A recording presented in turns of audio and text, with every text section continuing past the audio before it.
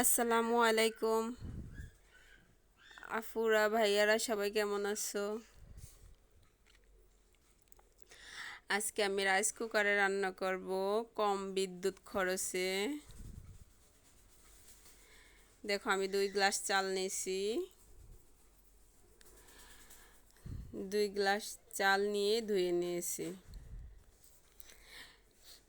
এটা আমার রাইস কুকারের পাতিলেই চালটা নিয়ে নিয়েছি।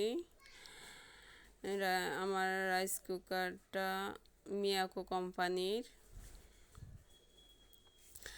আপুরা তার আগে তোমরা সবাই, আমি নতুন চ্যানেল খুলছি, আমার নতুন চ্যানেলটায় সবাই সাবস্ক্রাইব করো, লাইক শেয়ার কমেন্ট করে চ্যানেলের পাশে থেকো, যাতে আমি আরও নতুন নতুন ভিডিও করার আগ্রহ আসে আমার।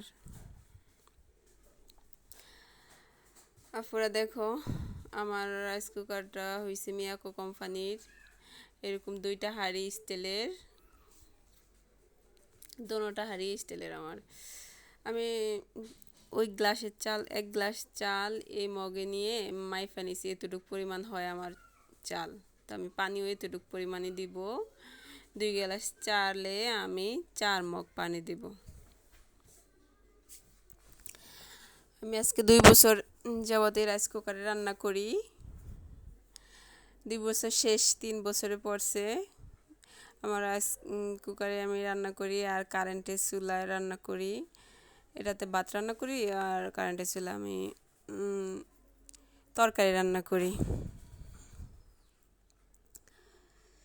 বিদ্যুৎ ও খরচ কম লাগবে। আজকে আমি এভাবে দেখাবো তোমাদেরকে।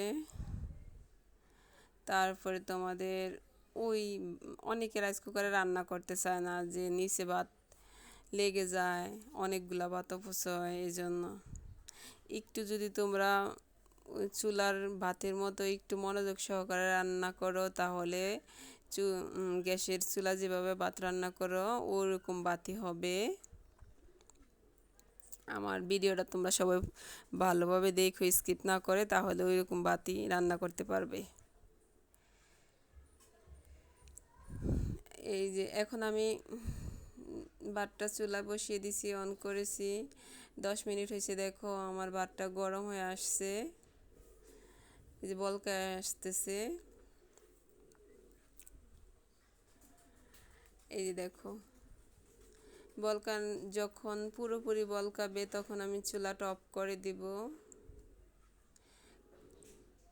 এই যে আমার চুলাটা, এই যে ভাতটা এখন পুরোপুরি বলকায় গেছে। এই যে দেখো আমি এখন চুলাটা অফ করে দিব। যদি আমি চুলাটা অফ না করি তাহলে এই ঢাকনার ছিদ্রটা দিয়ে অনেকগুলা পানি পড়ে।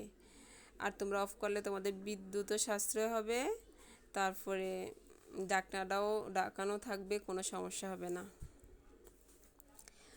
10 মিনিট পর আমি চুলাটা অফ করে রাখলাম। 10 মিনিট পর্যন্ত অফ থাকবে, আবার 10 মিনিট অফ থাকবে। এই যে দেখো অফ থাকাতে চুলার গরমে গরমে অনেকটাই ভাত হয়ে আসছে।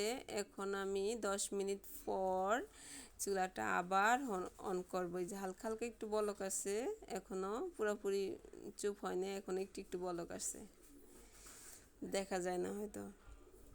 আমি চুলাটা এখন অন করে দিব।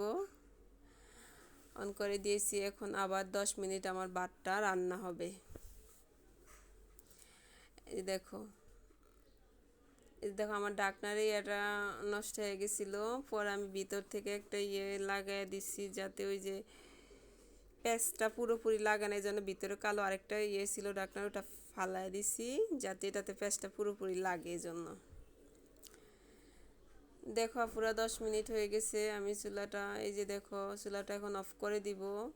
অটো অফ হওয়ার আগে আমি চুলাটা অফ করব, কারণ অটোতে অফ হওয়ার সময় এতক্ষণ পর্যন্ত ভাতটা মানে নিচে লেগে যায়। এই জন্য আমি নিজে আগে অফ করে দিই, তখন আর ভাতটা নষ্ট হয় না, নিচে জর্জরা থাকবে, লেগে থাকবে না। এই দেখো আমি তো এখন 5 মিনিট পরে ঢাকনাটা উঠাইছি। তোমরা 10 মিনিট পরে উঠাবা, তখন দেখবা এই যে পানিটা একটু পানিও থাকবে না, পুরো জর্জরা ভাত। পাতিলি যেভাবে রান্না করো গ্যাসে ওইরকম ভাত হয়ে যাবে। কারণ আমি এখন তোমাদের দেখানোর জন্য তাড়াতাড়ি উঠাইছি 5 মিনিট পরে। দেখো তারপরে অনেক সুন্দর ভাত হয়েছে দেখো। অনেকে বলে ভাত রাইস কুকারে রান্না করতে গেলে নাকি ভাত লেগে যায়, জন্য আমি তোমাদেরকে ভিডিওটা দিলাম। সবাই আমার ভিডিওটা সাবস্ক্রাইব করো প্লিজ, আপুরা সবাই সাবস্ক্রাইব করো। আজকের মতো বিদায় নিলাম, ধন্যবাদ, সবাই দোয়া করো, আল্লাহ হাফেজ।